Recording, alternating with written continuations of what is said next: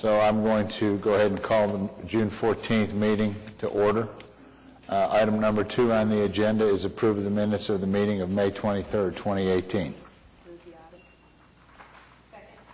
I have a motion and a second on item 2. All in favor? Aye. All opposed? Motion carries. Item 3 is the consent docket. We have 2 items. Second. All in favor? All opposed? Motion carries. Congratulations, Regina, with your re-election. Item number 4 is to ratify approvals. We have 3 items. Second. We have a motion and a second on item 4. All in favor? All opposed? Motion carries. Item number 5 is to approve the claims docket. I have a motion and a second on item 5. All in favor? All opposed? Motion carries. Item number 6 is to approve the following application for service retirement. We have 5 applications. Second. I have a motion and a second on item 6. All in favor? All opposed? Motion carries. Item 7 is to receive report of death, authorize payment of the $5,000 death benefit, and approve continuation of pension to the spouse. We have 2 cases. I have a motion and a second on item 7. All in favor? Aye. All opposed? Motion carries. Item number 8 is to receive report of death, authorize payment of the $5,000 death benefit, and authorize the Secretary to make necessary changes to conform on the following. We have 5 cases. We have a motion and a second on item 8. All in favor? Aye. All opposed? Motion carries. Item number 9 is to receive report of death, death of employee while in active service, approve pension to the spouse. We have a motion and a second on item 9. All in favor? All opposed? Motion carries. Item 10 is to approve the following application for vested rights. We have 4 applications. We have a motion and a second on item 10. All in favor? Aye. All opposed? Motion carries. Item number 11, an item for individual consideration. Item A is the share class and subscription amounts for K2 Mauna Kea Fund, subscription agreement, side letter, and fund documents. Jason. Okay, so basically this is the recommendation for how the Mauna Kea Fund will be funded. Wiley has gone through all of the documents, and I believe everything is in order. With the documents, there was a side letter negotiated that addressed some specific terms that were relevant to you all. So just the summary of this, if you turn to the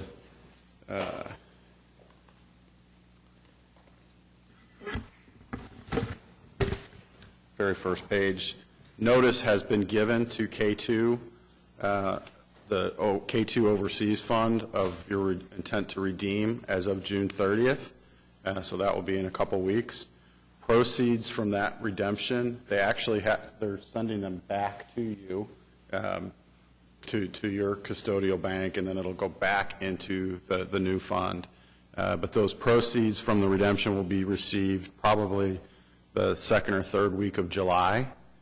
Because it just takes some time to get valuations completed with the underlying funds, and that is subject to a 10% audit holdback.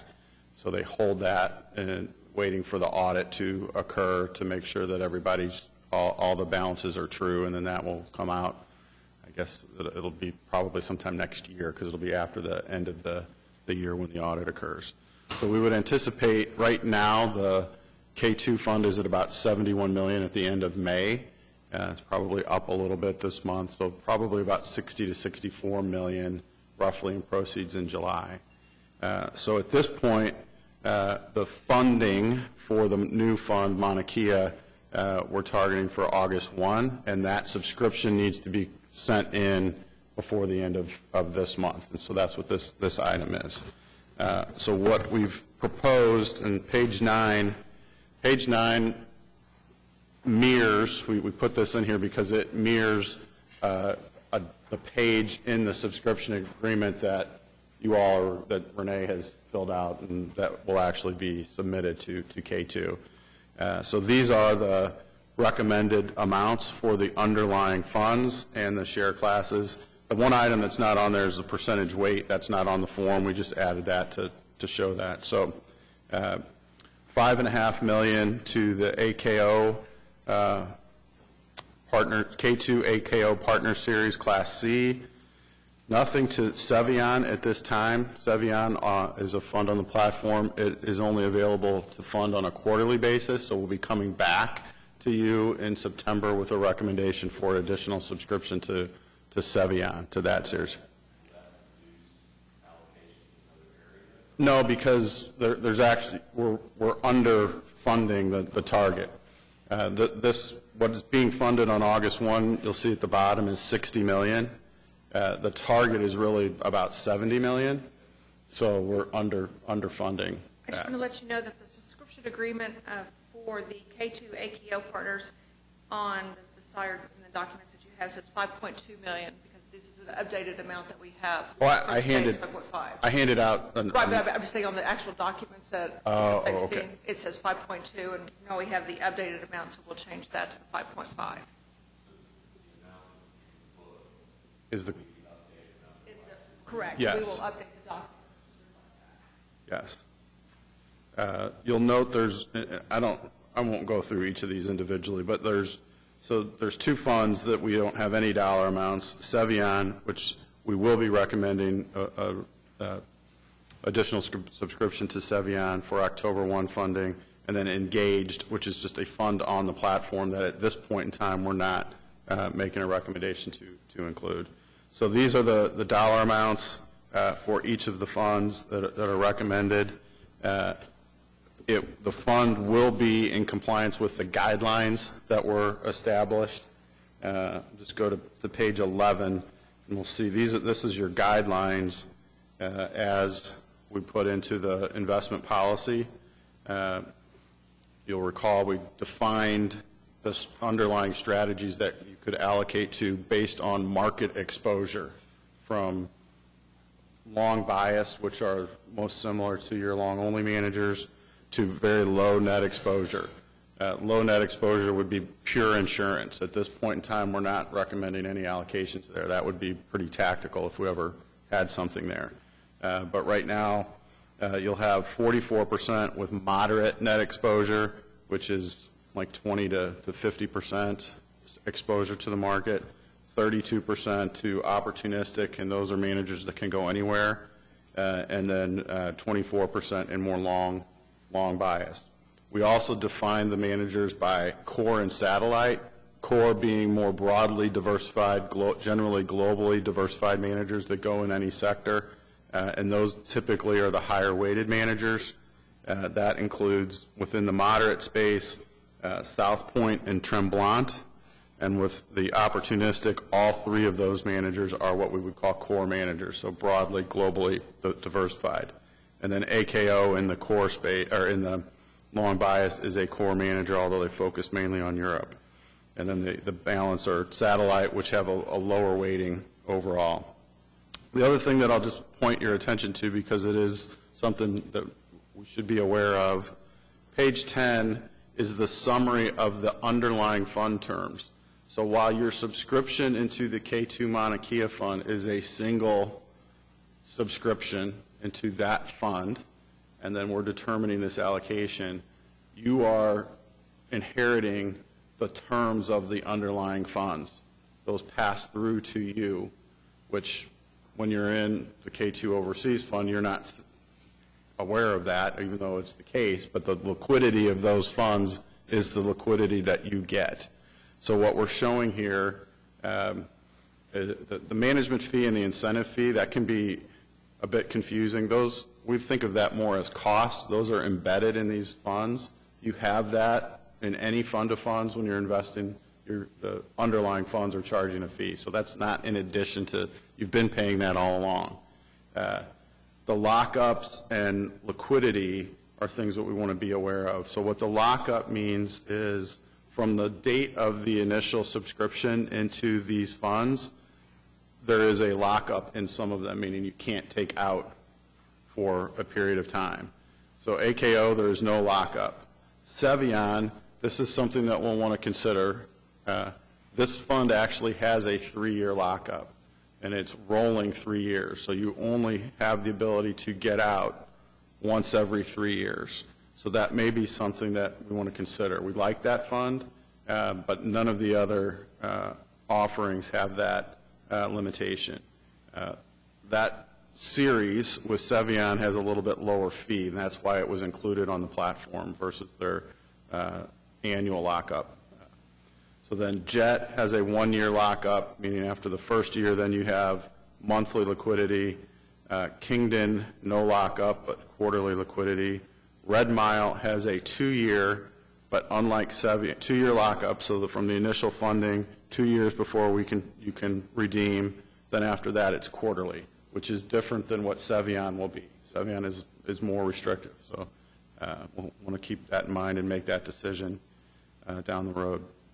South Point, no lockup, quarterly after that. They can implement gates. What a gate is you've experienced them before in your index funds. If there is a run on the bank or a run on the fund, the advisor to the fund has the ability to stop liquidity, stop investors from taking out, so as not to force sales. So they can gate 25%. That is something that could occur in a time of significant stress. As a long-term investor, we are comfortable with having that, and we think it's appropriate to have that because we don't want to be impacted.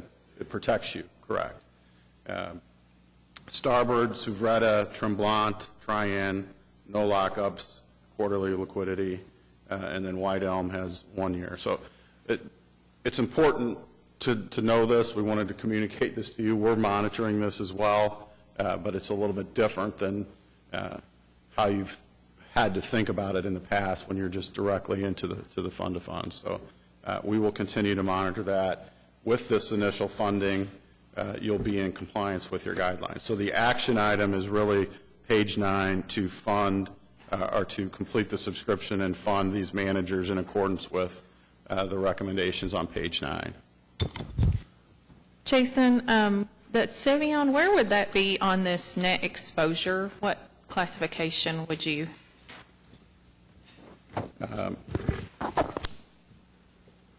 Cevion is an opportunistic manager.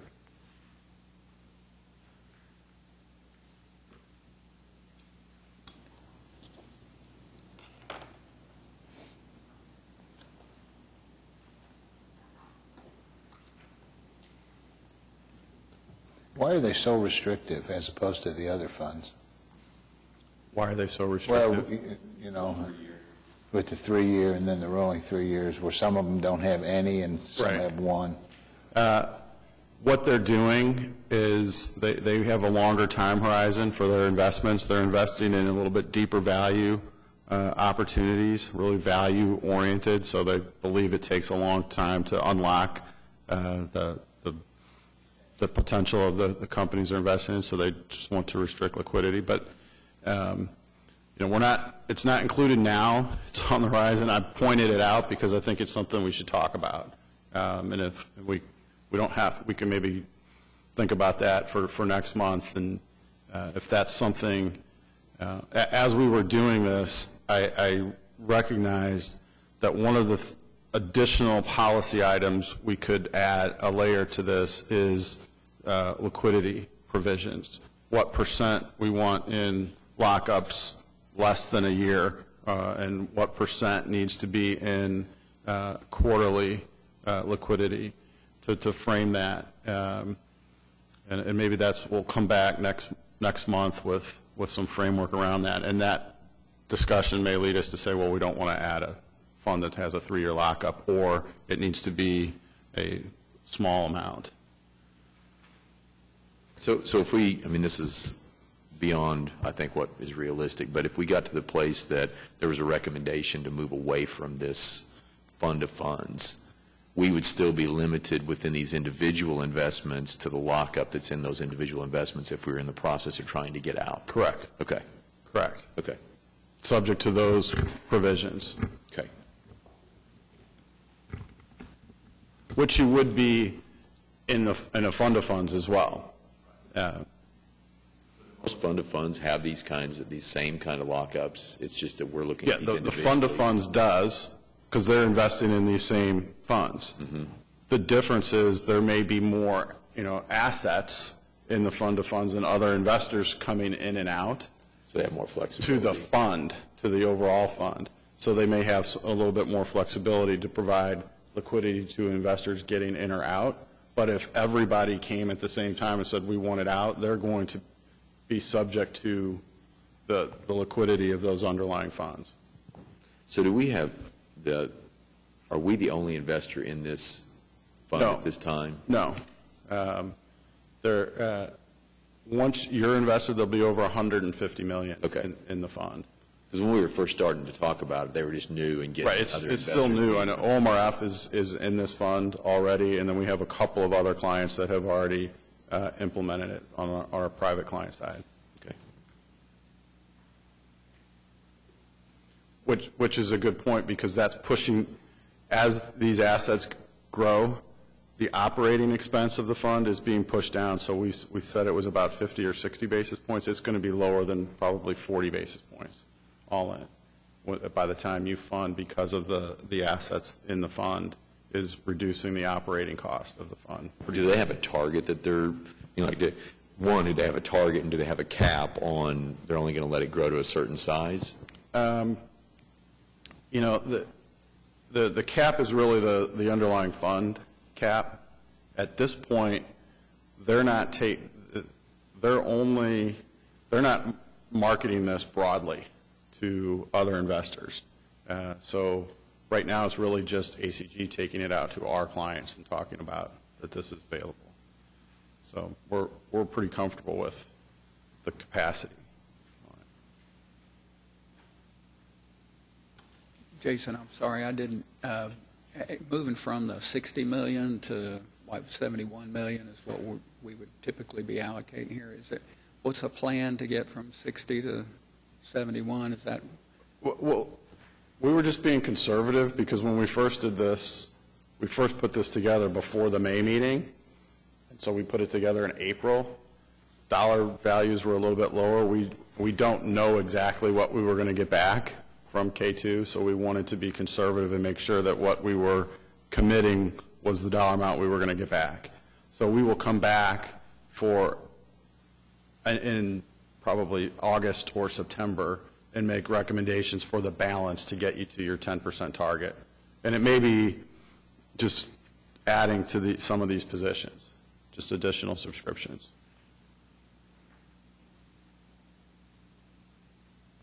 Any other questions? If not, I'll entertain a motion on item 11. We have a motion and a second on item 11. All in favor? Aye. All opposed? Motion carries. Item 12 is the investment consultant report. So you have the May ASAP in front of you. And you can see that the total fund at the end of May stood a little over $738 million. So your 10% would be about $73 million, the target to long-short equity. Today, you have $71.2 million with K2, so long-short equity is slightly underweight. But we'll want to get that to the target, as we're certainly have moved into an environment where volatility is certainly elevated from where we've been in the last several years, and active management, we certainly are starting to see the benefits of active management in the market, as fundamentals have mattered, and that's flowing through into your portfolio. And long-short equity is really the poster child for active management. That's what these folks are doing. All of these managers are very fundamental-oriented stock pickers, and so we want to get that to target. Currently, you're a little bit overweight to equities, slightly underweight to fixed income and real assets, but within targets and ranges. U.S. equities, both large and small, the most overweight, so any funding or operating needs should come from large cap at this point in time. Overall, the portfolio continues to perform well. You're seeing that dispersion from the policy index is certainly growing over the last year, and this is where I'm saying the active management is really paying off in this market environment. You've had good returns over the last 7 or 8 years, but most of that has been market return. Now you're starting to see where the active managers are adding value. So overall, on a 1-year basis, the portfolio gross of fees is up a little over 10%, whereas the policy index is 9.1. Net of fees, you're still about 30 basis points ahead of the policy index on a 1-year basis. Big contributors over the last year from an asset class standpoint, on a relative basis, your international equity, you'll note that's the combination of Lazard and Harding Loevner, up 13.8% versus the benchmark up 8.5%. Much of that has been Lazard, which you may recall in the late part of 2016, they struggled a bit as they didn't have much financials exposure, and European financials rallied with U.S. financials. They felt that was unwarranted and overvalued, but that strategy has really outperformed, as has the Harding Loevner strategy. The fixed income, while the returns are modest on a 1-year basis, a little under 2% return from your overall fixed income portfolio. However, fixed income overall, the U.S. investment grade bond market is down 37 basis points. Your bonds have produced almost a positive 2% return. That's because we're doing some different things there. The PAMCO absolute return piece has really added value in this rising rate environment, as has the Brandywine global strategy. Now, recently, the Brandywine strategy had been pretty rough road over the last couple months as the dollar has appreciated relative to several emerging market currencies. That's been a headwind, but over the last year, that's outperformed pretty substantially. And then the Western WAMCO Core Plus strategy has really benefited you as well. Then finally, the real assets composite. This is real estate, both core and opportunistic, as well as commodities. As we've continued to move into what 3%. Many believe is the later stages of this economic expansion, commodities generally tend to do well in late stages of economic expansion, and we've certainly seen that. So overall, your real asset composite up 11.5% on a 1-year basis versus the blended benchmark of 8.45, so about 300 basis points there. The commodities on a 1-year is your best performing asset class, I think, up 15% on a trailing 1 year. So it's been a tough go since you implemented commodities. It's a small allocation really intended for diversification. What we do see over time, periods where stocks or the S&P is down substantially, commodities tend to outperform, and periods of potentially rising inflation where bonds struggle and rising rates, commodities tend to outperform as well. Just always like to read, certainly the Fed meeting yesterday, Fed raised rates again, the Fed funds rate to a range of 175 to 2. I think the 2-year is now at about 250, which is higher than the 10-year was at the end of the year. 10-year was at 240 at the end of the year.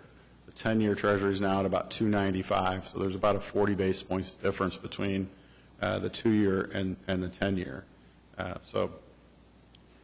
Yield curve certainly flattening. That's something that we're watching, and we know that the Fed is looking at that too, because an inverted yield curve has generally been a precursor to a recession.